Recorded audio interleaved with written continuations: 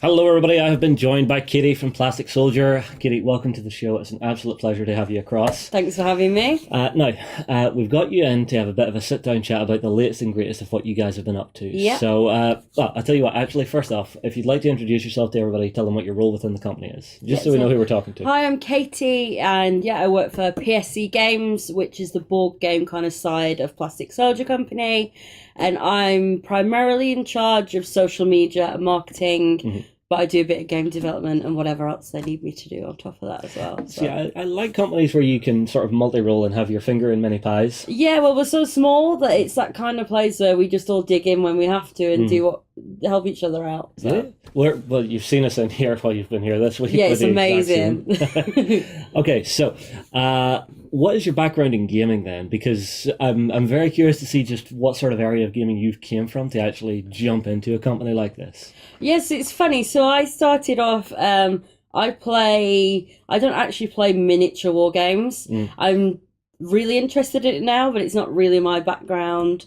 I've played a lot of board games, and I used to work for Estevium, which are one of the biggest distributors in the UK. Yeah, we know them very well. And I started as a demoer, just demoing at different shows for them, and then just kind of worked my way up, was working in sales, that kind of thing. So that kind of stopped. I then still carried on playing board games, but wanted to go freelance in the industry. I see. And so for quite a while, I've been working freelance in the industry, so doing like game development, doing Kickstarters, so running different Kickstarters for different companies, a bit of design. And within that time, I fell in love with historical board games. Nice. So I played Twilight Struggle, that kind of opened the door for me. And then I just became a bit obsessed, wanted to consume everything. And then very recently, so I've only been at PSC for like a month and a half, maybe. Ish. Really new. And we've had Gen Con in between that. We've had other stuff, so really new. But Will, who created Plastic Soldier Company, he lives near me. And we just got introduced by someone. We're kind of like, you both like war games. Play war games. So we met up for a coffee, for a game, and we just hit it off. And fabulous. Now I'm here. So now, this is something I'm curious about for actually getting into the gaming industry. Yeah. I've seen it a few times recently where people who have been demoing games have then jumped into companies that they've been demoing for. Yes. Would you see that as a good way to actually sort of get yourself out there so that you can get to know companies, because we're really a social industry? Definitely. I think it's not just who you know, it is about hard work and what you know. But I think just definitely you can agree with me, networking in this industry is huge.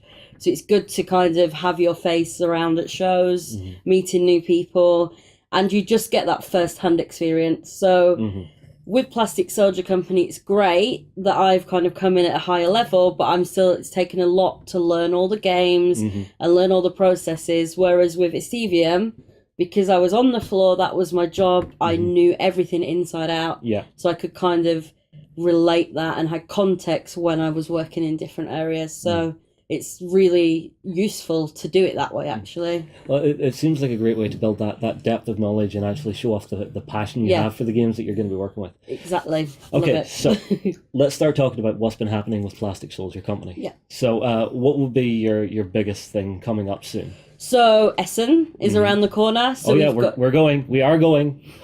I'll be there. We'll be there as well. So we've been kind of working on Essen, get my words out, and just two new releases. So we had a Kickstarter in May for Lincoln. So there we go. Yeah. So that's an Essen release, that was funded back in May. So we've just been playing that, getting all the marketing, all that kind of stuff ready, all the manufacturing, and just getting up to speed for Essen. Well, quick question then. What's the exact type of game that Lincoln is? Because I mean, like, I can assume we're looking Civil War. Or no, sorry. Would it be? Yeah, it would be Civil War. Yes, it's Civil War, American Independence, whatever you'd like to call it. It's a 2-player. Oh no, that's 2 wars. Oh, it is. Sorry, Civil War. Sorry, getting confused now. Civil War. It's a 2-player card destruction or deconstruction. Some call it either. game by Martin Wallace. Mm-hmm. It's a strategy game, but it's got a kind of underlying war game feel. Mm-hmm. So it really takes inspiration from historical board games. So it's not necessarily a straight-on war game, but it's got that feel. So there is combat, you are fighting with units, that kind of thing, and it's card-driven. So you're drawing cards and spending different cards to take actions in the game. Now, this is actually an era of history I've always been very curious about. I love watching like documentaries and stuff Yeah. on it, and actually seeing the actual political structure that was actually behind everything happening, and seeing the progression of the war. I mean, like, whenever I've watched documentaries on this, what I generally get is the North had lots of money, lots of stuff, and lots of people, but the generals were incompetent. Yes. The South was kind of the opposite. The generals were amazing, but their equipment and troops not so good. And it actually really shows that in the game. So Ryan and I played a game earlier, and we filmed it. Don't give away the results. Well, we won't give away the result. But we played a game earlier and we filmed it, and because I'm quite new to the company, I'm still learning. Yeah. I've only played it a couple of times, and it was so interesting to actually see that play out, and it was so thematic. So it wasn't necessarily historically accurate, because that doesn't always make for the best gameplay, but you could see that really coming through. Well, it's one thing myself and John discuss all the time whenever it comes to bringing historical games to the tabletop. Yeah. You have representation versus recreation. Yeah. Whenever it comes to like board games and stuff, I'm expecting a representation that I can play about in, rather than a recreation that's just going to feed me what happened in history. Definitely, because there's always that conversation about being historically accurate, but sometimes it's really just boring. I shouldn't say boring, but sometimes... Depends. Some people, that's their fun. You know, but as a game developer, you know, historic miniatures might be a bit different, but in board games, you know, it's just flat. So it's about making that exciting for everybody. Yeah. So not calling anyone boring, but it's just about making a game that is thematic but still enjoyable for everyone. Well, for me, board games that are historical, it's an abstracted sort of narrative window that you're looking into that period of history. But it's that question of what would you do with the troops or the actual equipment that you had on hand? How would you actually deploy your forces compared to what the generals actually did in history? Yeah. And how would your strategy have played out compared to theirs? Exactly. It's really fun. Yeah. Okay, next game. Oh, Cold War. Nice. Cold War. So another one we played. Love this one. Yes, another one we played. So this is really interesting. So this is by Ian Brody. So he designed this and all of the Quartermaster General series. This is the newest game. This was recently on Kickstarter as well. Like the week I started, which was fun. Jumping straight into Kickstarter. So this is another Essen release. Yep. This is a 3 to 6 player game, which I really like. Now, important question. Some of these games, there's a certain amount of balancing. So is it 3-2-6 or is it 3 or 6? 3-2-6. 3-2-6. Okay. Yes. So basically you've got the Soviets, the West, and the non-aligned, and you have 2 decks which you can put into one. If there's one of you playing, you will just play through the whole deck. It's a card-driven game again. Or if there's 2 of you in each side, or 2-2-1, you'll play the whole deck. Gotcha. So it's quite nice. You can split it, or you can have the whole thing for yourself. Right. Do we have MAD in this game? Mutually assured destruction. Yes. Can we launch nukes? Yes, we can launch nukes. So, which is quite fun. You can see...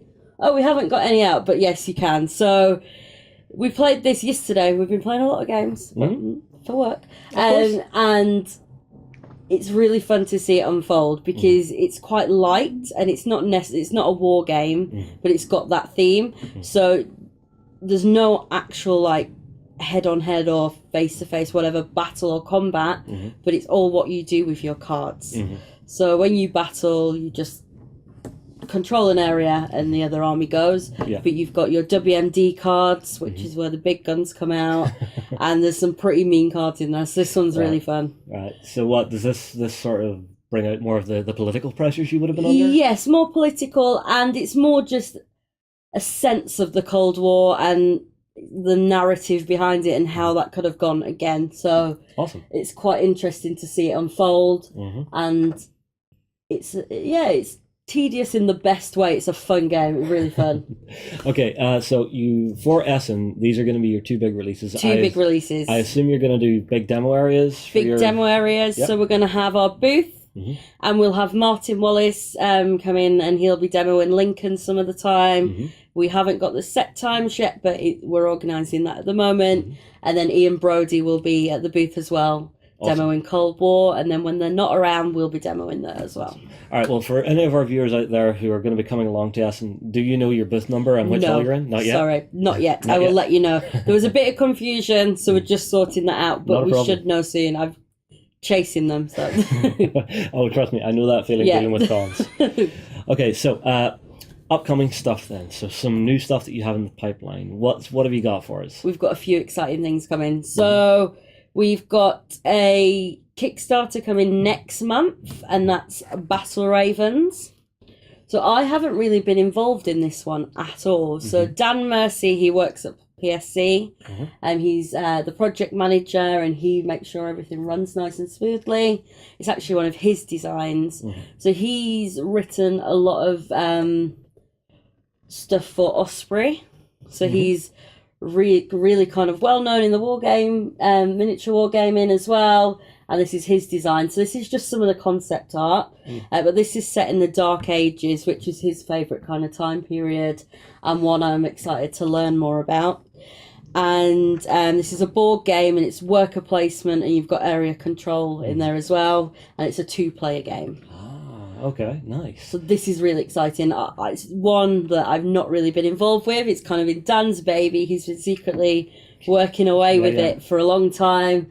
And it's finally coming to the point that it's going to be a Kickstarter. Awesome. Well, I mean, like one of our guys here in the studio, Lloyd, loves his Dark Ages stuff. So I think this is definitely going to be one for him to like sink his little teeth into. Yeah, and it's just a nice, like, obviously there are games about this, but the games that I play or the games that we make, or there's a lot of World War One or World War Two. So it's quite nice to have something very different. So it's going to be exciting. Can't wait for that. Very cool. Very, very cool.